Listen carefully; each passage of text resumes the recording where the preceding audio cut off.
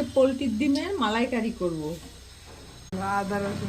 আদা রসুন লঙ্কা কাঁচা পাকা লঙ্কা একটু টমেটো একটু পেঁয়াজ আর এই যে নারকেল কুড়িয়ে দুধ করে রেখেছি, জিরে দিলাম একটু আর আদা রসুন লঙ্কা আর টমেটো পেস্ট করে নেব।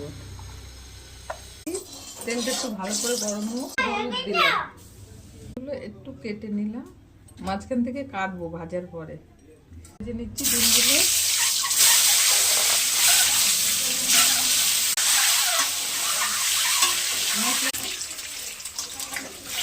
ভাজা হয়ে গেছে, তুলে নিলাম আর দুটো শুকনো লঙ্কা দিয়ে দিলাম। ভাজা হয়ে গেছে, এবার মশলার পেস্টটা দিয়ে দিলাম, একটু জল দিয়ে দিলাম, লবণ দিলাম, হলুদ দিলাম, চিনি দিলাম একটু।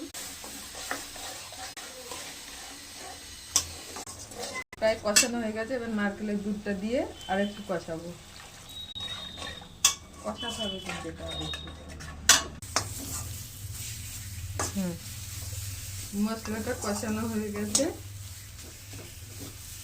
জল করতে দিয়েছিলাম, অল্প একটু গরম জল দেবো।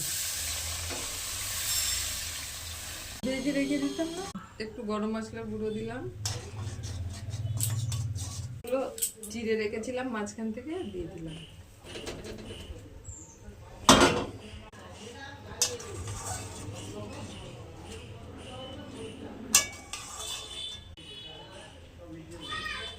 ডিমের মালাইকারি জলে রাখলাম, ভাত দিয়ে মাখাতে হবে তো, লঙ্কা দিয়ে দিয়েছি, হয়ে গেছে ডিমের মালাইকারি।